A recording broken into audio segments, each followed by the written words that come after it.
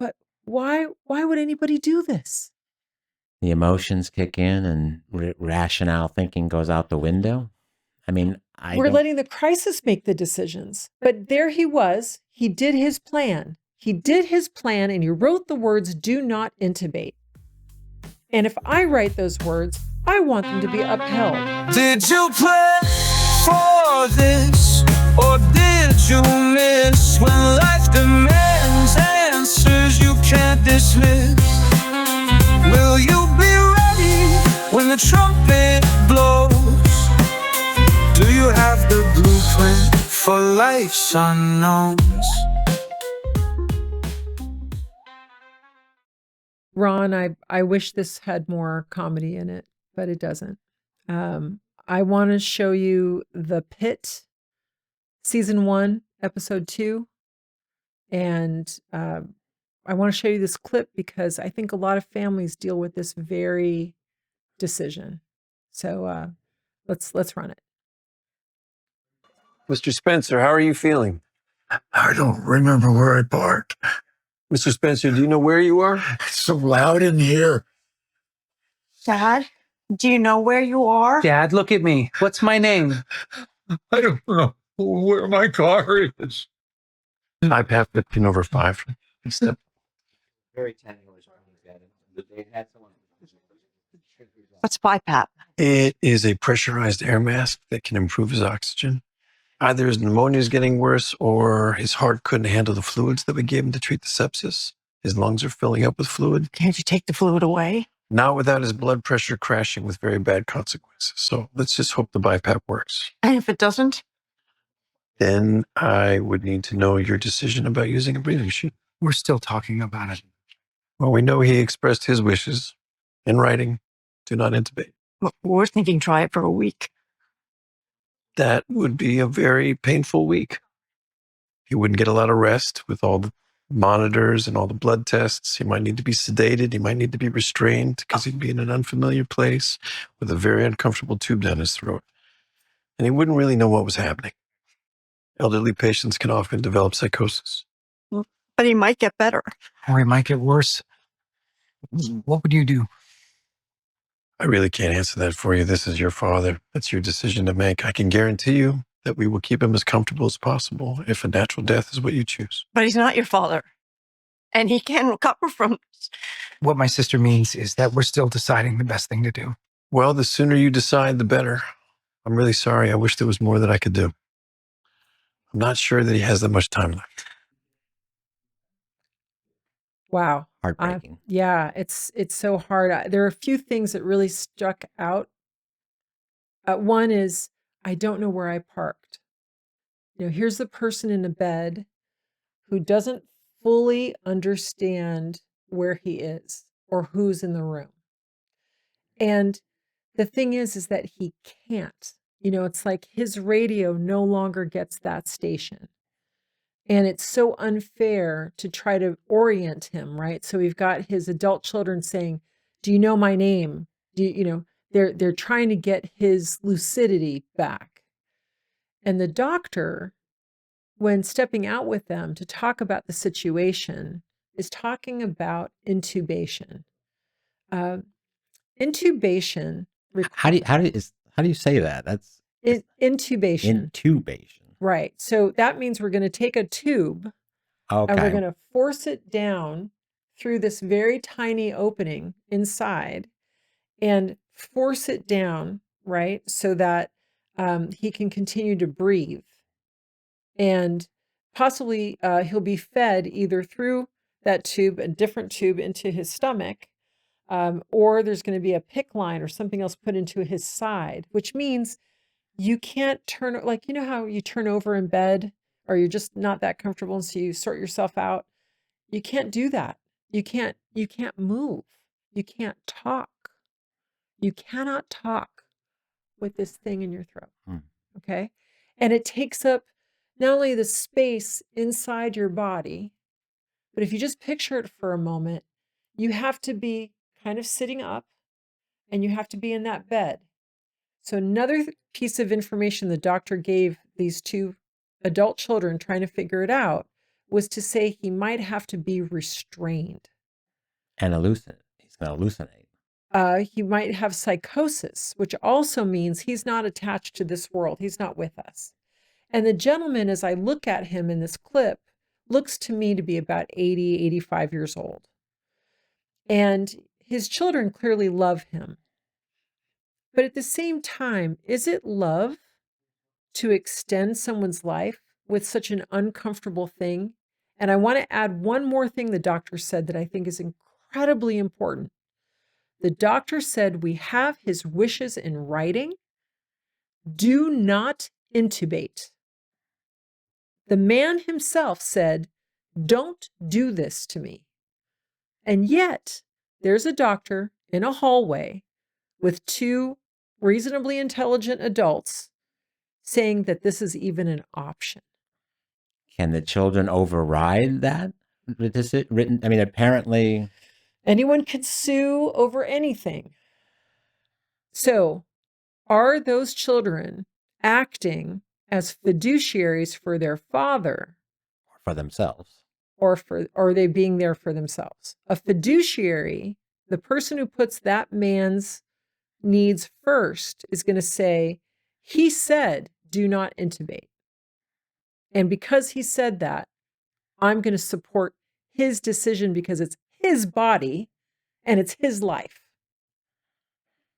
You saw the emotions on the children. You've been in this position before? Oh, yeah. I've been there for the hospital hallway fight. I've been there. But here's the thing about having the position. If I am fortunate enough to have had conversations with the client before this kind of terrible situation arises, and we've gotten a chance to talk about a few what ifs, and this person says to me, I'm over 80 years old. My spouse is gone. My kids are grown. They're on their own. They're financially independent. I'm good. I'm good. Let me go.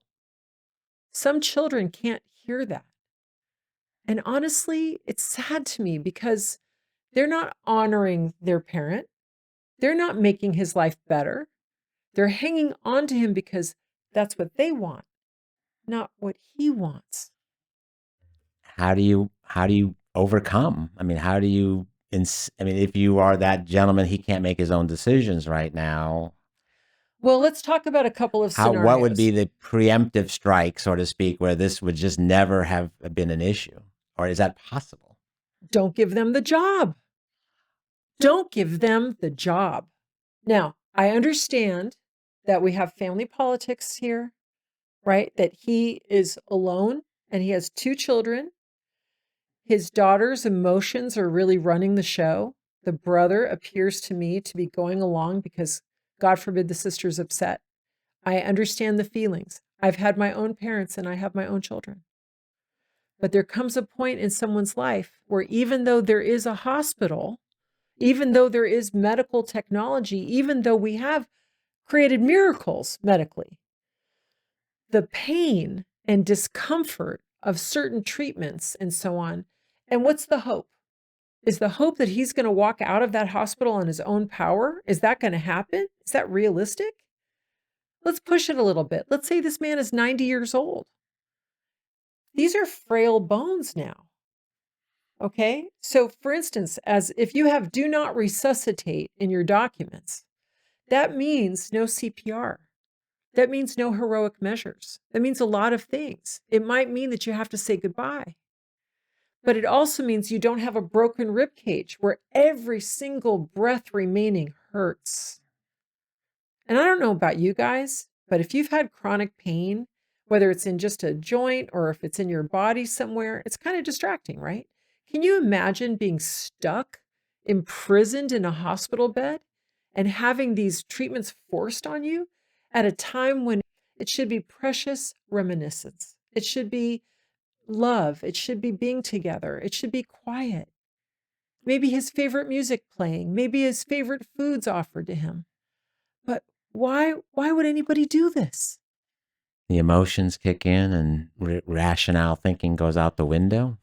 I mean, we're letting the crisis make the decisions. But there he was. He did his plan. He did his plan and he wrote the words, "Do not intubate." And if I write those words, I want them to be upheld. And here's the thing, Ron.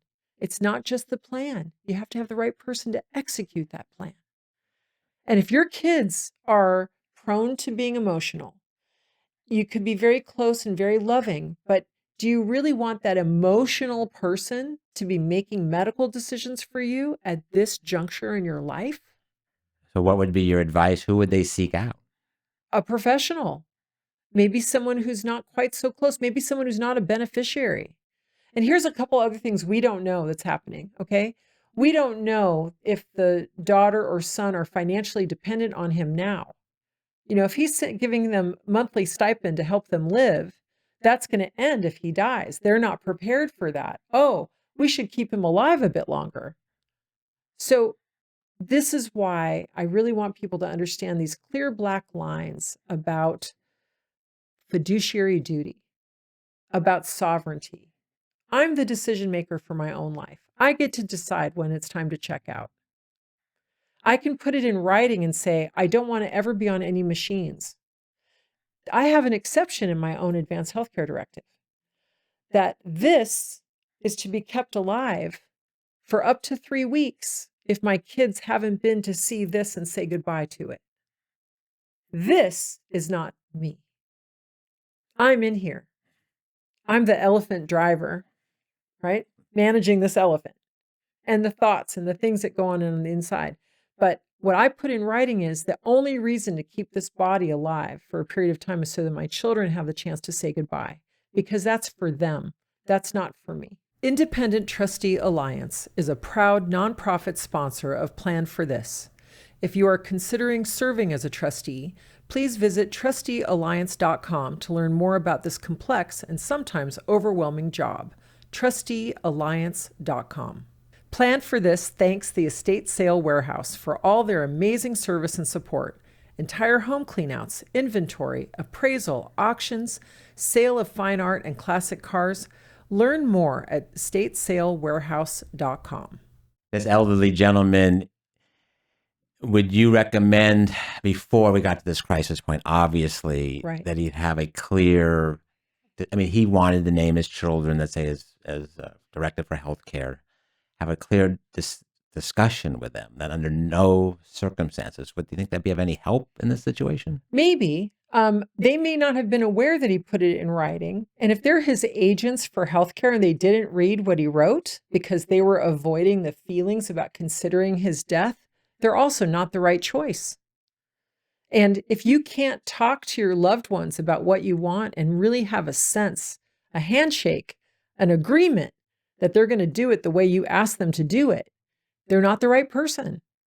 And there are other people who do this work. There are. You can check on trusteealliance.com and visit and talk to some professionals until you find somebody you feel like understands. You can ask your attorney to recommend some people that might be available to you to do this job. Your children might be upset that you took away this job for them, but ultimately it's a relief. I would much rather that your kids be mad at me because I followed your instructions and I did what you wrote down and what you said, than for them to be mad at each other or for them to be mad at you. And you can kind of see where this would go. I mean, you kind of get the sense that the son is looking more to letting dad go. The daughter's looking more to try that miracle 1 week cure. So there's friction there. And that may be the start of the rift that is never repaired amongst the two of them. Sure. You know, I've decided that neither of my sons, either together or individually, would be my agents for healthcare. And I decided that because their brotherhood with each other means more to me than my own survival. The three of us grew up in the same household together. I was their only parent. And so I don't want that rift between them. There may be other things they disagree about. And they're brothers. They're going to disagree about stuff, but not when it comes to me. And that's so important to me. And I really want to welcome everyone to really think about this, share this episode with the people you love. Ask, how would you feel if I was in a car accident, or if I was dying, could you let me go? And there's a balance, right? If the doctor came back and said, we could intubate him, and in about 2 weeks, we could then, do something else, that's a different decision to make. She said, right, the daughter said, oh, well, we're thinking about trying it for a week or so. And the doctor says, that's a really painful week. My question is, what happens after the week? What happens? Because honestly, you can keep a human body alive for years. You can do it.